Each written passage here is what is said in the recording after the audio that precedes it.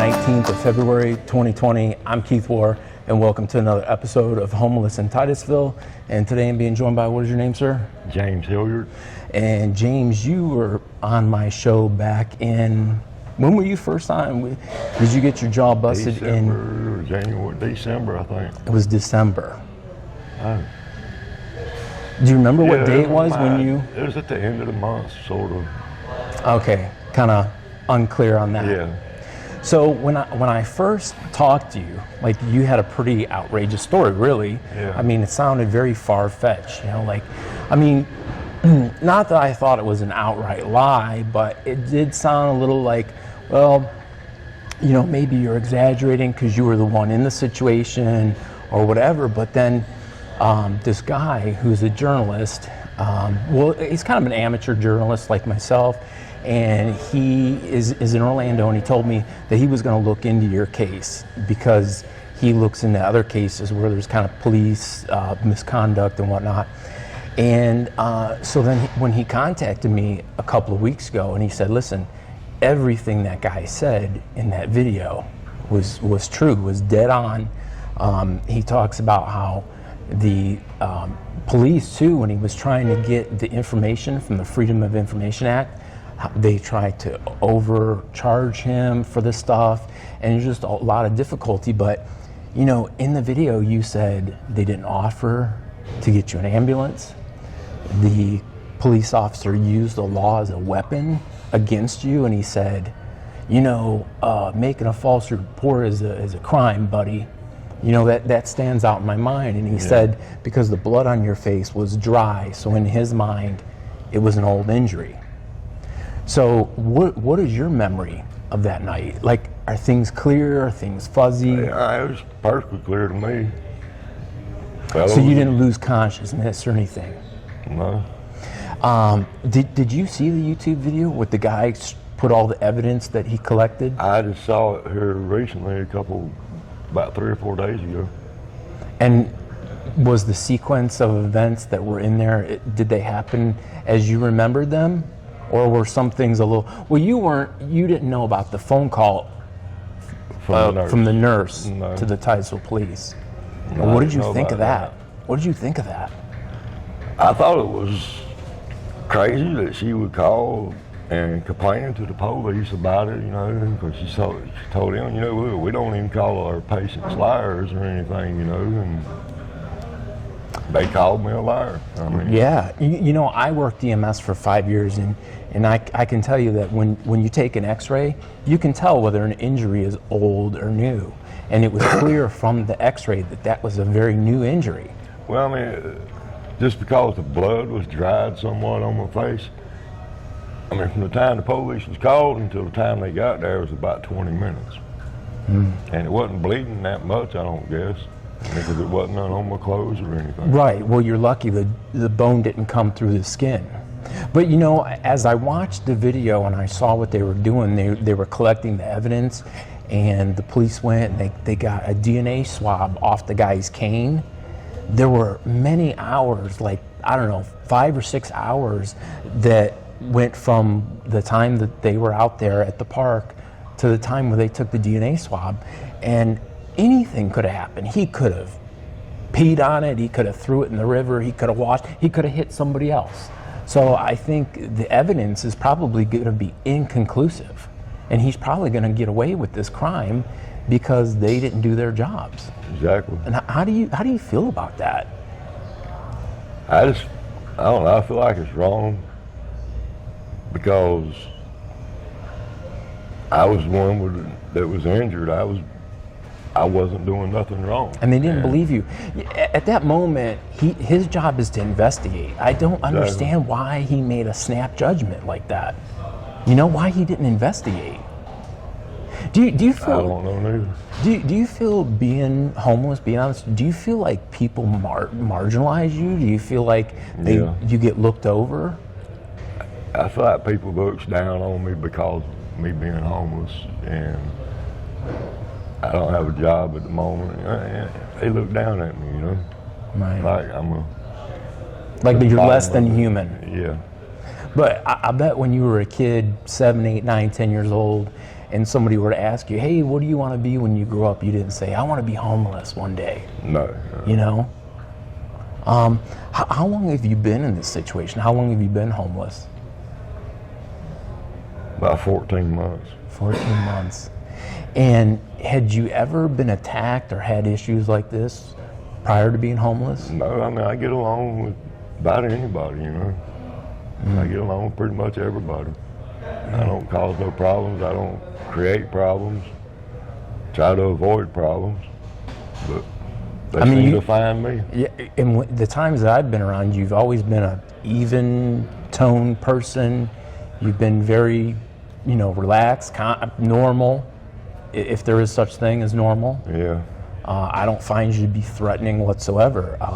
When this guy hit you, you didn't provoke him at all, and you didn't say anything. He just told you couldn't be here, and then he swung the cane? Well, he kept arguing, and I mean, I didn't argue with him. I just, look, I'll leave when I get through eating. Well, I got through eating, I got to go throw my trash away, and that's when he hit me with the cane. Wow.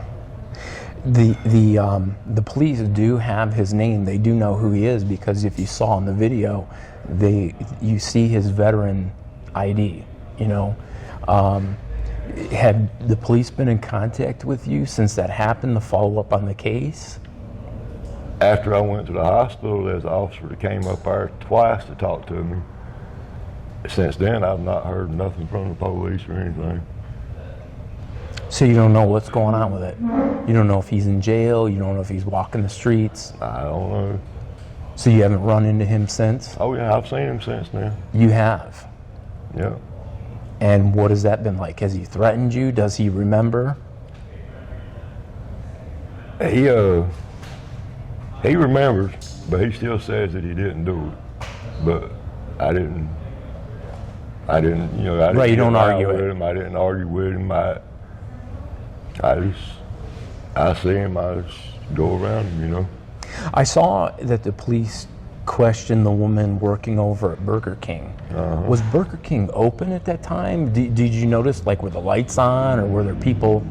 Not at 4:30 in the morning, Well, I think they opened maybe at 5 for breakfast. They might have. So somebody might have to be cooking a little early. Yeah, they might have been somebody in there getting ready or whatever, but I didn't see anybody outside. Mm-hmm. And because I saw in the video too, the other thing that was striking to me is that it wasn't just one cop; it was two, and there were four. There were Okay, 4 police officers there. So in the video, though, I only saw 2. Right. You looked at the video, and that's what it seemed like to you, that there were only 2 of them. And what came to my mind was why this one guy, in his opinion, he said, "Oh, buddy, you're lying," and the other 3 didn't speak up, or the other 3 weren't curious as to, well, wait a minute, hold up, maybe there is some truth to the story. They kind of just went with whatever he said. Right. And we put a lot of trust in these guys. Somebody told me, I don't know how true it is. Somebody told me that there's more training hours involved to become a barber than there are to become a police officer. I don't know.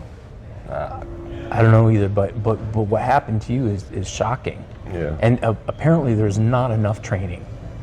I mean, I don't know what medical training they've had to make that snap judgment that you were lying. Yeah, I mean, my jaw was swelled up. I mean. And remind me, how did you get to the hospital? Did you walk? I walked. You walked. And I would say that's a couple of miles at least. It's about 2.5 miles up there. So the average person walks about 2.5 miles an hour. So it took you over an hour to walk down there with a broken jaw. Yes, sir. What else was, I know the reaction of the nurse on the phone call, but what did the doctor say? What did some of the other people in there that treated you, what did they say? Were they shocked? Yeah, they was shocked that the police didn't call an ambulance for me to begin with, and then, I mean, I don't know what their conversations were away from me or whatnot, but they just gave, one doctor came in there and told me I had a broke jaw. He asked me, well, why didn't they call the police? I mean, why didn't the police call the ambulance for you? I said, well, they said I was lying. They said I wasn't injured. Yeah, you know, I think a lot of us, if we watch the video, we say to ourselves, oh, I would have done this or I would have done that. But in the moment, you're the victim. You don't think that way. You don't think in those terms. I mean, your jaw was, but you're probably literally like in shock mentally as to what to do, how bad you're hurt. I wanted to jump on him. I'll bet you did. But I didn't because he's an older man. He's got a cane. Although he hit me with a cane, I still didn't jump on him because I respect my elders. So, Were you really in any position to defend yourself, though? I mean, did you feel like if he would have continued to hit you, do you think you could have defended yourself? Yeah. I mean, it stunned me, but I was aware of what was going on.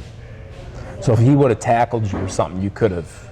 Yeah, I could have defended myself. And I think in the video too, there was another man there at the park. Was there another guy that was homeless that was around? Yeah, there? he was on the bench. He was asleep. And did he say anything? Did he scream? Did he see it happen? He was asleep. He was asleep. So the police didn't wake him up or question him? Well, when the other fellow, the one that actually hit him with the cane, woke him up and said, hey man, the police is on the way, you know, and this, that, and the other. He got his stuff and he left. Wow. I mean, I don't know if he saw him hit me with a cane or whatever, but I don't know, he just got his stuff and left. Do you feel safe on the streets anymore? I ain't got no choice but to feel safe. I mean, what else am I going to do at the moment? Yeah. Have you been attacked since? No. And I don't want you to give an exact location, but, well, I showed it in the video what your situation was at the time, but I did not show where it was. Are you in the same tent, in the same circumstances? No, I got different tents, the same place. Same place. What happened to the tent you had? Yeah, it started leaking. Okay. And how did you get a new tent? A buddy of mine came down from Ocala, and when he came down here, he's going to stay for a while. And he ended up staying a few days. I had to go to the hospital, but he bought a tent when he came down here, and he just left it with me. How about clothes and things like that? Do you have any clothes? Yeah, I got clothes. You do? It's hard to get them washed sometimes, you know. Well, there's that laundry ministry on Garden Street. I got a ticket to go wash clothes now. Okay. Hey, I mean, they would do it even if you don't have a ticket, if they have, I guess people volunteer time or money or something. Have you ever used their service before? No. And how about getting food here in Titusville? If you're homeless on the street, is food pretty easy to come by, or? Sometimes you got to catch the food pantries open at the right time and everything. I seem to miss them a lot. Do you have to go to them, or do they come out to the street to you? You have to go to them. Don't some of the churches come around and Sundays there's a church that does a meal out here at the park. Under the Bridge Ministries? No, that's on Mondays. Under the Bridge does it on Mondays. Okay. And Sheep Song does it on Sundays. That's only a meal on Sunday and a meal on a Saturday. Monday, and a meal on a Sunday. The rest of the time it's like Sunrise Bread place, you know, they do pay it forward, but. Right, so customers come in here for $4.50. They leave it with the cashier, and then they put a ticket on the account for somebody who's in need to come in and get something to eat. Do you, and that's where we're at right now doing this interview. Do you come in here a lot and they don't have a food ticket, or do they usually have one? Sometimes, I mean, a lot of times they do, but other times they don't, you know. Today, the ticket they had today is the first one I had in a couple, 3 days. Well, do you go days at a time without eating? Do you go hungry a lot? A couple of days without eating sometimes. And do you get food stamps, welfare, Social Security, disability? No, I don't get nothing. I can't get food stamps in Florida because I ain't got a Florida ID. And I can't get a Florida ID because I ain't got no birth certificate. And because you don't have an address. Right. So, What is your plan as far as staying here? Are you going to stay here in Florida for a while? I'm gonna try to stay down here. I like it down here. I just gotta, I don't know, somebody get a job and maintain a job. And Have you find a place contacted to any of the places like Coalition for the Homeless, any of those organizations? no, I don't know where any of them's at or how to get in contact with them. My phones, it ain't got no service on it. So you have to go by Wi-Fi in order to get on the internet, and that's how you make your phone calls and all that kind of stuff. How about charging your phone? How do you keep your phone charged so that you can use it? It ain't really that hard. I can come up here and charge it here at the Sunrise place. You can go to the park and charge your phone. Okay. They have electricity there? Yeah. And because somebody told me they cut the electricity off because there was another man named Nick. He was assaulted up there at the park.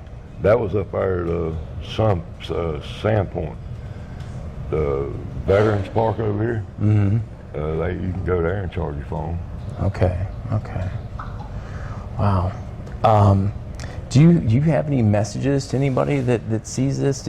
Is there anything that you want anybody to know about what's going on, what your situation, or how you feel about what happened to you with the police? I mean, I know that's a lot of questions all rolled up into one, but I feel like it's just shocking to me what happened to you. Of course, I don't have the money to hire a lawyer or anything like that, but I feel like that if I had a lawyer, that Titusville Police Department needs to be sued for the thing to happen. Yeah. And something needs to be done. Absolutely. I think they need more training on people's injuries that they report. That they say, you're calling a liar. They shouldn't call people a liar until they do an investigation. Do you have any lasting effects from that injury? Like, do you have any numbness? Are you able to, your jaw make clicking or? I ain't got no feeling in my jaw. I mean, my bottom lip over here. Oh, and that's right, you have dentures.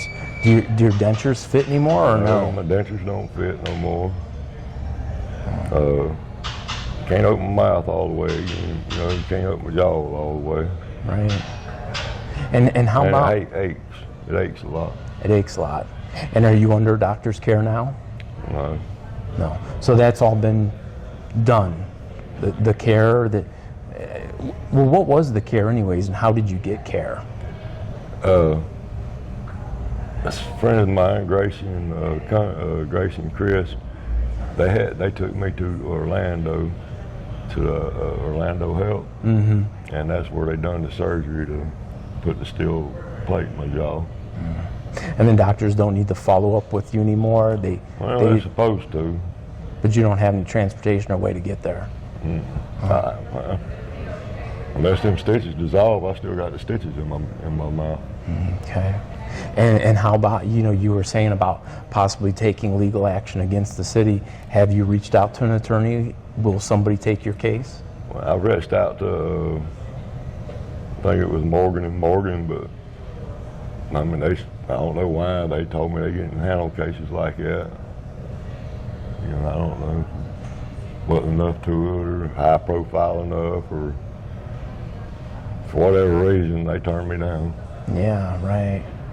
Well, I do know that cities often do have what's called a sovereign immunity, which means there's like a cap to which you can, even if you have, say, $10 million worth of injuries, the insurance may only allow you to sue for $100,000, and you just got to live with it. Yeah. So, if it was a trucking company or anybody else, they would be held fully accountable. No, yeah, money would help, but well, that's kind of how we say we're sorry in this country. Everything is money, right? There's no other. The money really ain't the issue. It's just the problem needs to be fixed. Right, retraining. Yeah. Money, of course. I'm homeless, I have nothing. I bet if you were their father or their mother, and they wouldn't have treated you that way. No. So I feel like if I was a man that had a big bank account and driving a big nice car that got attacked and hit with a cane, I'm sure they would have believed him. You know, but being I'm homeless and have nothing, they didn't believe me. Yeah. All right, James. Well, I appreciate you, catching up with us and letting us know how you're doing. Do you have any immediate needs right now?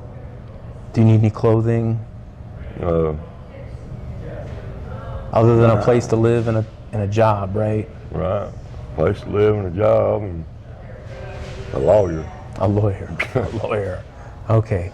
All right. Hey guys, you can leave me a comment. I do read all your comments. Sometimes too, yeah. Oh, you need food sometimes too. So there's a pantry, a Hummingbird pantry, and some of these other ones. We'll have to give you some information. Yes, I don't even know how to get there. Right, and the transportation, how to get the stuff to and from. Right. The logistics of it. I totally get it. All right, you guys can reach out to me on YouTube if you guys have any suggestions for James. I can certainly pass those on to him. If you want to friend me on Facebook at KEITHWOHR. It's best if you guys want to leave me a private message there. It's just easier to communicate through Facebook. But as always, may you be just as blessed as you blessed others. Until next time, thanks for watching.